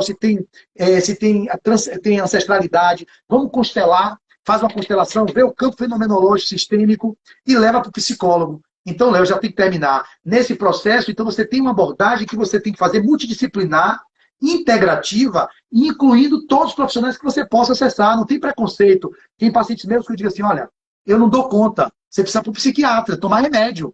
Eu não vou ficar com você desse jeito descompensado, assim, com o risco de você se matar a qualquer momento.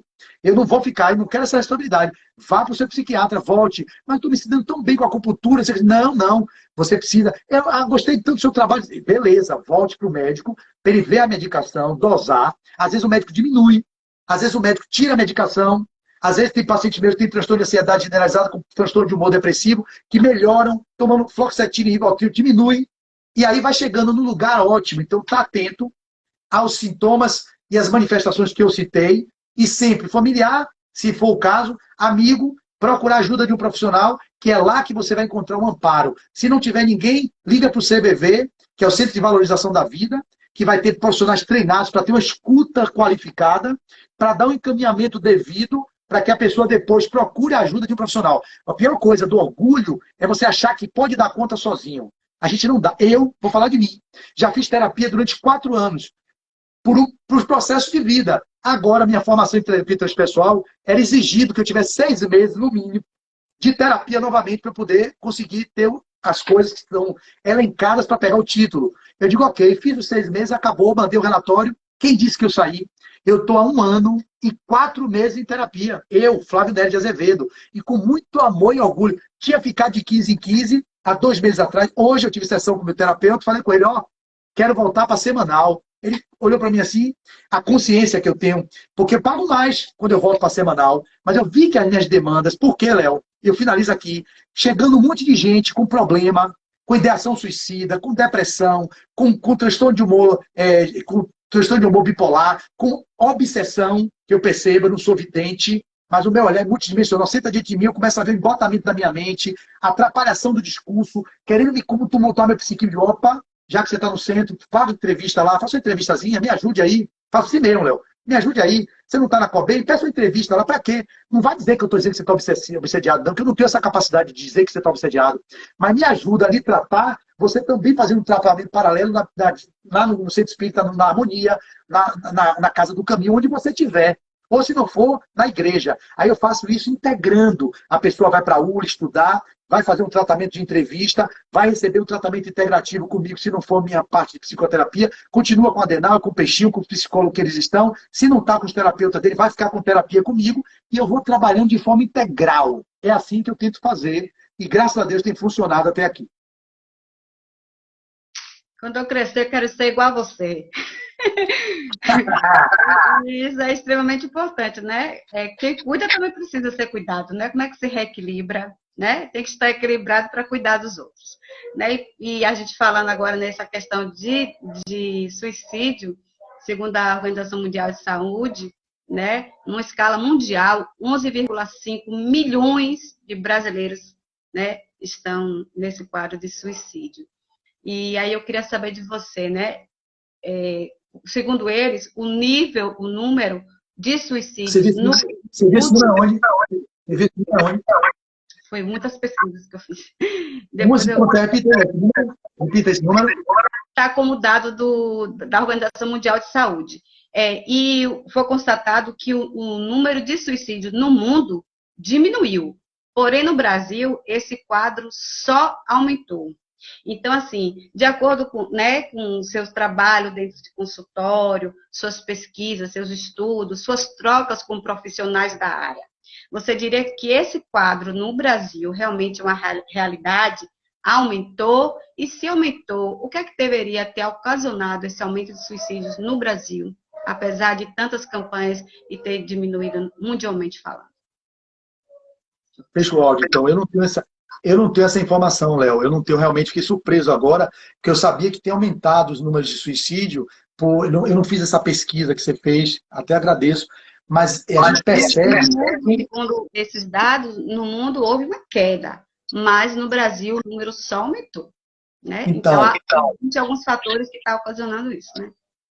Então, Léo, é perceptível empiricamente, eu não estou falando estatisticamente, nem estudo científico, eu não fiz, empiricamente é notório o aumento da busca de pessoas pelos consultórios terapêuticos durante o período da pandemia. Os atendimentos virtuais estavam bombando, pessoas nos isolamentos, nos distanciamentos, não dando conta de conseguir conviver consigo próprias e nem conviver com seus familiares, porque tinham que viver aparar suas arestas, porque é muito comum fugir para o trabalho, ficar em disciplina de 8 horas trabalhando e voltar para casa, ter que se refugiar nos happy hours, no futebol, na novela, e não ter que conviver com as pessoas, com seus pais. Então, na pandemia, isso aumentou muito por isso. O contato com as pessoas no convívio familiar faz com que as dinâmicas se complexifiquem. Sem renda, sem trabalho, porque a gente deposita a nossa alegria no dinheiro que a gente ganha, não podendo comprar, não podendo consumir, não podendo ir para o shopping, fazer aquilo que todo mundo faz para fugir do contato com o vazio existencial. Então, isso aumentou muito. Eu não faço como estudo, mas você está trazendo os dados, então eu fico feliz por esses dados mostrarem o que a gente percebe na prática. Então, na prática, eu percebo um aumento assustador, é velado o número de suicídios, porque, como minha amiga falou, o marido dela é perito, que faz essas análises. Falou, Flávio, é porque não pode dizer, meu amigo, toda noite meu marido sai aqui para fazer perícia, quando ele está no plantão, perícias de suicídios que acontecem, que não pode publicar, né, que tem rigores aí do jornalismo, de como divulgar. Até é bom falar para as pessoas aqui, ó, Trigueiro traz isso muito bem, ó. O jeito certo de falar do suicídio, evitar repetição de histórias sobre suicídio, recorrer a fontes confiáveis e comentários de especialistas que estudem o assunto, evitar explicações simplistas para o suicídio, dar visibilidade em relação que existe entre suicídio e transtornos mentais, principalmente depressão e alcoolismo. Você vê o índice de bebida alcoólica, é uma das maiores drogas que mais mata no mundo, é o álcool, porque está ligado a acidente de trânsito, violência doméstica e as psicopatologias que a gente vivencia, os processos orgânicos que o álcool gera, evitar a glamourização ou a glorificação de quem comete suicídio, cuidado redobrado ao noticiar o suicídio de celebridades. Nesses casos, o efeito de repetição, especialmente entre os mais jovens, é maior. Quando você noticia que alguma celebridade se matou, o jovem se sente como se fosse, eu vou ter evidência agora, eu vou poder ser visto. Convém evitar fofocas e rumores e consultar os parentes antes de publicar algum comentário especulativo, calibragem correta das informações sobre quem se matou, apresentar modelos positivos, fornecer poucos detalhes sobre o método utilizado, divulgar informações sobre onde conseguir ajuda, evitar a palavra suicídio, tá vendo? Nas manchetes. Não deve aparecer fotos do falecido, não se deve deixar a palavra suicídio parecer sinônimo de êxito, saída, opção e solução, evitar linguagem sensacionalista, censurar a desinformação sobre suicídio, não ajuda e perpetua o tabu, porque os dados estatísticos são importantes, porque você tem que ter dados sobre a dengue, dados sobre a Covid, dados sobre tudo, nas doenças físicas, e por que não os dados? Quanto mais alimenta o banco de dados sobre suicídio, mais políticas públicas podem ser desenvolvidas, mais ações preventivas, mais o cuidado com a saúde mental e espiritual, principalmente do meu ponto de vista. Não é só a saúde mental, a saúde espiritual. Os jornalistas também, Léo, também podem ficar vulneráveis e publicar fatores de risco para o suicídio, ou seja, doença mental, presença de ideias suicidas, antecedentes pessoais e por aí vai. Alguns mitos que eu vou dizer em relação ao suicídio. Cão que lata não morde, é um mito. Se alguém deseja se matar, não há nada que possa ser feito, é um mito, pode sim. Quem só fica tentando suicídio não vai se matar realmente, é um mito. Falar sobre suicídio pode encorajá-lo, é mito. Pelo contrário, falar sobre suicídio ajuda. Somente doentes mentais ou clinicamente deprimidos fazem sérias tentativas de suicídio, mito. Se uma pessoa já pensou seriamente em se matar, ela será sempre um suicida, mito. O suicídio é um ato de covardia ou de coragem, mito. Pessoas que se matam não avisam a ninguém, mito. Ela deixa os sinais, rastros de que estão ali. Tem alguns outros que podem não deixar, mas pessoas que se matam sempre deixam alguma mensagem. É mito também. Pessoas que matam nem sempre deixam a mensagem. Aí tem aqui, a maioria das pessoas não deixa nenhuma mensagem. Isso é um mito. Quem fala sobre suicídio está tentando apenas chamar atenção. Mito. Aí ele vai dizer, em mais de 70% dos casos, quem ameaça se matar realiza a tentativa ou comete suicídio. Em mais de 70% dos casos, quem fala que vai se matar, se mata. 30% fala e não faz, mas 70%, então é muito alto. Quem pensa seriamente em suicídio costuma deixar pistas. A melhoria do estado emocional elimina o risco do suicídio. É um mito também. Depois que uma pessoa tenta se matar, é impossível que ela tente novamente. Mito. E uma tentativa de suicídio mal sucedida significa que a pessoa não estava realmente determinada a se matar. É mito também. Então, são vários mitos que tem, que a gente tem que estar atento para não reproduzir isso. Então, eu não sei se eu respondi o que você me perguntou. A sua pergunta foi o que mesmo? Só relembrei, Leozinha. Relembra aí sua pergunta, que você fez agora por fim.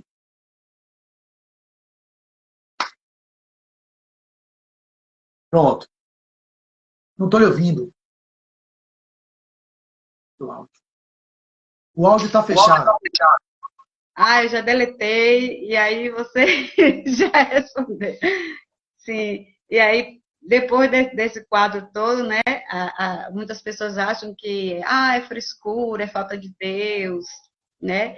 E aí a gente vê que, na verdade, a depressão é uma doença crônica, como o Flávio falou, caracterizada... Uma doença, né? é uma doença que não tem classe social, ela não tem preconceito, ela atinge pobre, preto, branco, índio. O índice elevadíssimo de suicídio tem os indígenas. É um alto índice de morte, de suicídio dos indígenas. Caracterizada, né, como o Flávio já falou, né, pelo distúrbio de humor, né, e isso não é ele que está falando, né, sou eu, é classificado assim pelo CID-10, que é o Código Internacional de Doenças, considerado uma doença crônica e um dos maiores fatores causadores do suicídio no mundo, né. Por essa razão, né, ela é causada, né, por distúrbios biopsicossociais, né, e muitas vezes vem caracterizada por empatia, tristeza, tudo isso que o Flávio também já citou aí. Então, assim, confundida muitas vezes com a tristeza profunda. Então, eu queria, Flávio, que você diferenciasse aí para a gente, né, a tristeza profunda e a depressão, né? O quadro de tristeza profunda, né, que é aquela tristeza, né, que pode vir a chegar até uma depressão, e quando realmente a pessoa já está num quadro depressivo grave, né, que pode levá-los, né, à ideação suicida. Léo, faça logo as perguntas finais, para a gente finalizando a live. Junte ela com as outras, para a gente terminar. Oi? Não ouvi. Deixa eu fechar o microfone. Junte essa pergunta com as outras que vai finalizar, para eu finalizar logo, porque já está 1h20 de live, vai ficar muito extensa para o pessoal, para deixar um tempo assim que seja razoável para eles verem depois, entendeu? Essa da tristeza, eu já lembro, vá com as outras, faça com as outras.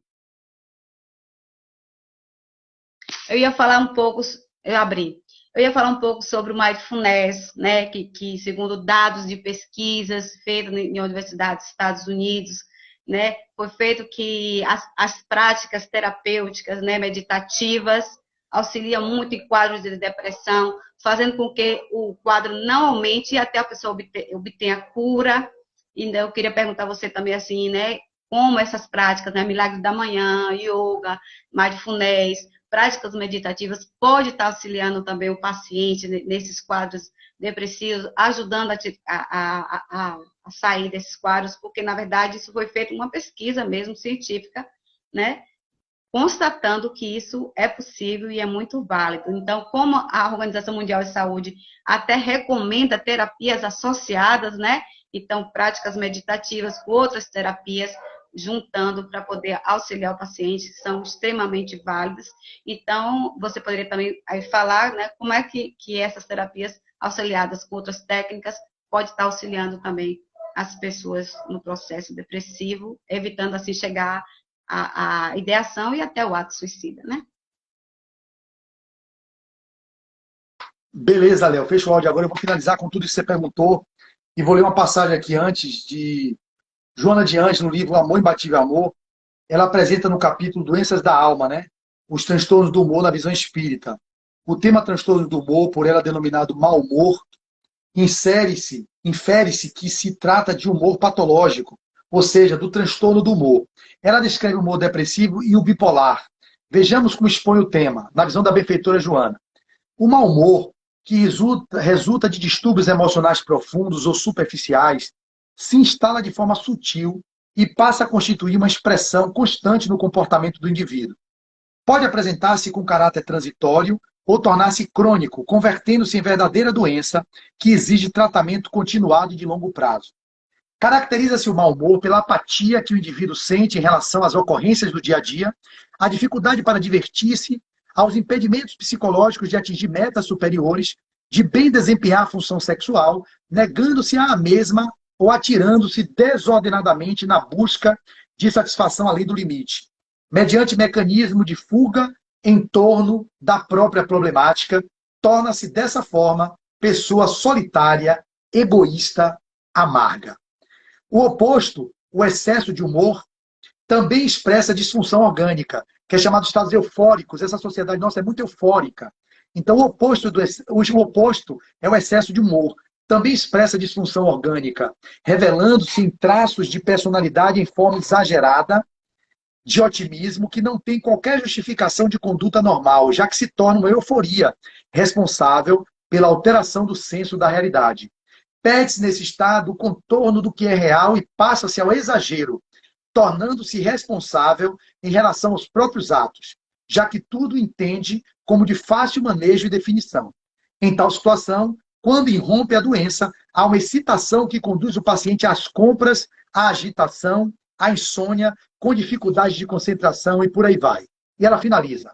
A consciência de culpa incita no espírito, impõe-lhe uma conduta mal-humorada, produzindo organicamente fenômenos exteriores, que podem ser diluídos mediante uma alteração na conduta do enfermo, que se deve esforçar, certamente com muito sacrifício, a fim de recuperar-se dos equívocos, encetando novos compromissos edificantes, mediante os quais diminuirá a dívida moral, autoliberando-se do fardo esmagador. Então, aqui, para mim, a síntese do nosso trabalho está aqui nessa fala dela. Você vai perceber que a tristeza em muitas pessoas é algo normal. Eu hoje, por exemplo, vou falar da minha privacidade. Acabei minha sessão de terapia, eu me permiti chorar. Maravilhoso, eu acabei de fazer o conteúdo todo, sozinho em casa, desceu para atender os pacientes. Hoje é feriado aqui em Simões Filho, a nossa empregada não veio. Eu fiquei sozinho o dia inteiro, com os cachorros. Aproveitei para fazer uma catarse. Como? A catarse da emoção mobilizada na terapia e usando o espaço para entrar naquilo e vivenciar aquela dor, suportar a dor, de ter que viver os conflitos da alma. E aí eu orava a Deus pedindo, e o choro descendo, como gratidão também por estar chorando, porque às vezes muitas pessoas querem chorar e não choram. Eu chorei por todas as circunstâncias, daí eu lhe falei, por que eu pedi para voltar para semanal? Porque as demandas que estão chegando para mim, que eu estou percebendo, vigilância, e aí eu só consigo ter vigilância porque eu estou indo para dentro, porque eu estou me autoconhecendo, porque eu tenho práticas meditativas, porque eu faço o milagre da manhã, porque eu tenho momentos de escrita para ver as dores que eu enfrento, dos desafios, as gratidões que eu tenho e tudo aquilo que ainda entrava na minha alma, a minha infância, a minha adolescência, as vidas pregressas, a história do espírito imortal, tudo isso emerge. Eu digo, Senhor, me ajuda, Senhor. Está muito, entre aspas, chegando novamente as demandas existenciais, que eu preciso aprender a lidar com elas. Me dá luz. Eu preciso integrar isso para não entrar no campo de muitas dores que estão chegando à minha volta, dos pacientes com demandas, e aí começam a exigir da gente. Aí vem demandas. Está tendo uma água que está saindo aí, às vezes deve estar ligando a irrigação. Aí vem demandas da relação afetiva, vem demandas da relação familiar, vem demandas da própria estrutura nossa, que é um ser humano comum e perfeito, que tem dores, tem desprazer. Então, a tristeza, Léo, quem não vive a tristeza não está conseguindo se permitir aceitar a vida, às vezes, que tem momentos de tristeza. É uma emoção básica. Tristeza, alegria, medo e raiva. Eu tenho raiva, eu tenho medo, eu tenho alegria e tenho tristeza. O que predomina das emoções em mim? Momentos de alegria, que pode se tornar euforia, que é o que a prefeitura falou, é um transtorno eufórico que é patológico. Pessoas que saem do surto depressivo, ficam eufóricas, vai para shopping, compra tudo, transando com todo mundo, gastando, indo para... Tem que estar atento. Porque é nessa hora que ele comete suicídio. Às vezes a pessoa está com transtorno do humor bipolar, às vezes pensa que se suicida na hora que está na depressão, na fase da tristeza. Que você perguntou, tristeza profunda. Não é só a tristeza que caracteriza a depressão. A tristeza é um dos sintomas da depressão. Mas ter tristeza é completamente normal. A pessoa tem tristezas que podem demorar mais tempo do que outra. Tem gente que tem uma tristeza que perde um ente querido, que demora 6 meses. Triste. Mas ela está funcional, ela está trabalhando, ela consegue educar os filhos, ela se alimenta, mas ela está triste. Isso não significa que ela está deprimida. Tem outras pessoas que perdem o cachorro e ficam um ano com o cachorro naquela dor. Mas se ela perde o cachorro, que é a tristeza de cada um, a gente não pode dizer, pô, foi um cachorro, foi um gato, não importa. É como cada um lida com as suas perdas. Ela pode ter uma tristeza e continuar funcionando, mas se ela fica triste e começa a não ir para o trabalho, não tomar banho, não se alimenta, passa a perder a libido, não tem relacionamento sexual, começa a entrar em outro movimento de alma, esses sinais e sintomas vão caracterizar um transtorno do humor deprimido. E o médico vai perceber e vai dar o diagnóstico, como eu falei no início da live.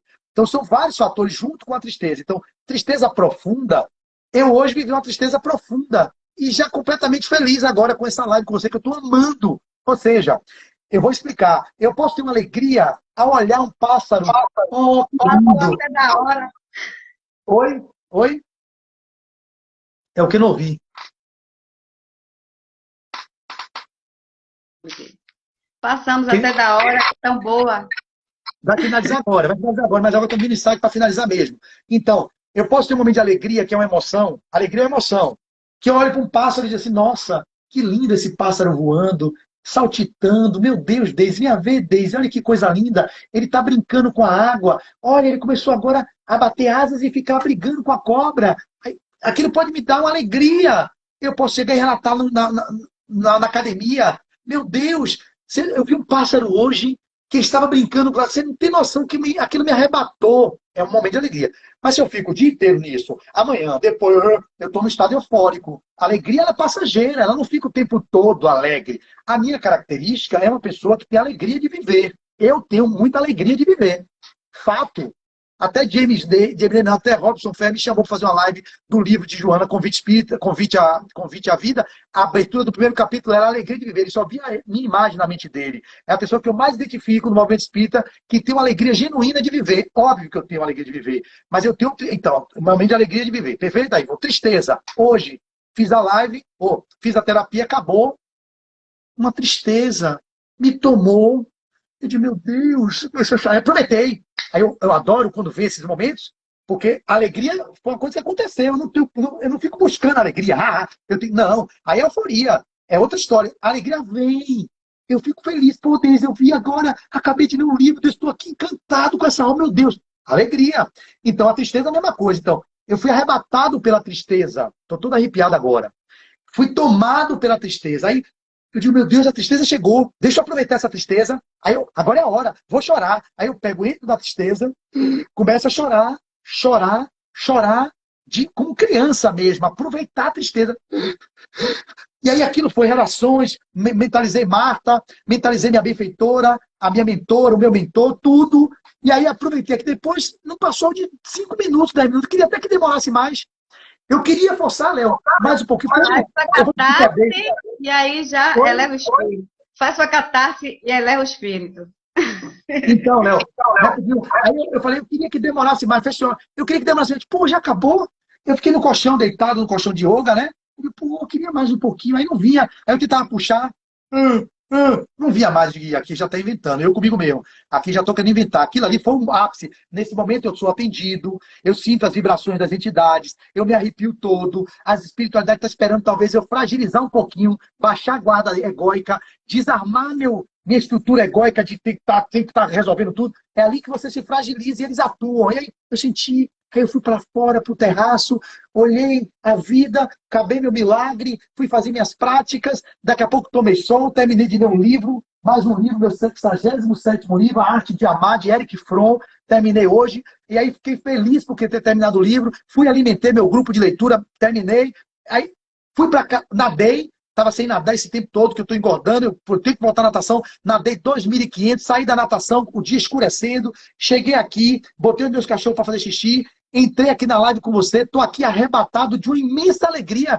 Então, Eu não estou triste, eu não sou triste, mas eu vivi minha tristeza. É esse o cuidado que a gente tem que ter. As pessoas precisam aprender que a tristeza faz parte da vida. Agora, ficar triste o tempo todo e querer ficar melancólico e não aceitar a vida como é, e as coisas vêm, você remói e se vitimiza, e culpa o pai, culpa a mãe, culpa a mulher, culpa o marido. Aí você cria um campo psíquico para as entidades obsessoras e os cobradores evolutivos. Agora é a hora, sacana. Agora você vai entrar na depressão, você vai ver o que é bom para tosse. Aí você fica, baixa a vibração, conecta com eles. Você que baixou, as entidades se apropriam de você e aprofunda. Então, aí, finalizando, o que seria interessante? Estar sempre em estado de presença do Mindfulness, é isso mesmo. Eu tenho vários livros sobre Mindfulness, que hoje já é considerado validado. Tem um livro aqui que é bem grosso, Léo. Eu não li ainda, está aqui, ó. Só para você ver, Mindfulness e Psicoterapia. Olha a grossura do livro. Falando assim, este livro é uma ferramenta acessível a profissionais e estudantes que buscam compreender a técnica de Mindfulness, que é a atenção plena, considerada uma das que mais evoluem na área da psicoterapia hoje. Os autores renomados especialistas apresentam ao leitor os procedimentos para sua implementação, abordando, entre outros tópicos, os fundamentos, como a atenção plena pode aumentar a aceitação e a empatia, as novas aplicações da técnica para problemas clínicos e populacionais específicos, como o tratamento da depressão, transtorno da ansiedade, dores crônicas, traumas e adições, drogadictos, né? As adições por maconha, cocaína, álcool, como incorporar a prática do Mindfulness da terapia com crianças e seus cuidadores e as áreas de convergência entre essa técnica e a psicologia positiva e a psicologia cognitiva comportamental. Então, você tem várias literaturas mostrando o que você acabou de dizer, que a prática do Mindfulness, que nada mais é do que a atenção plena, que eu já fiz retiros de 10 dias, que é chamado Vipassana, vem do budismo, da experiência de ficar na presença do ar que entra, do ar que sai, percebendo as sensações do corpo e olhando para dentro. O que significa olhar para dentro? Sentindo as emoções eclodirem, um momento de tristeza, uma mágoa que emerge, respira a mágoa. Um momento de euforia, respira a euforia. E aquilo vai vir à tona, os conteúdos, você vai ficando mais calmo, você vai ficando no agora, não vive no passado, preso ao que passou, nem fica antecipando o futuro para não ficar ansioso. E a cada momento da vida, tô na live, vou agora ver a novela, se for ver, vou ver a novela, se vou ver o jornal, vou ver o jornal. Se eu estou lendo um livro, eu estou lendo um livro. Se eu estou comendo, eu estou comendo. Se eu estou conversando com minha esposa, eu estou conversando com minha esposa. Você vai mantendo o estado de presença durante o dia. Isso tira você da ânsia de antecipação, das preocupações descabidas ou das memórias de trauma do passado, por isso, por aquilo, ficar culpabilizando isso e aquilo outro, e remoendo no lugar de vítima, se culpabilizando, e não sai desse lugar, desse ciclo vicioso de adoecimento mental, e depois não entende porque desenvolve uma depressão. Mas é importante dizer, a depressão ela é uma doença que pode ter um componente hereditário. Um filho de um depressivo pode ter 30% de chance de ter depressão. Um filho de um casal de depressivos pode ter 60% a 70% de chance de desenvolver depressão. Portanto, tem fatores hereditários genéticos, mas a gente não pode esquecer que são espíritos que retornam no mesmo grupamento familiar para os reajustes devidos. Às vezes são experiências traumáticas de abuso. Foram pessoas que foram da Inquisição, reencarnaram junto, que foram do Holocausto.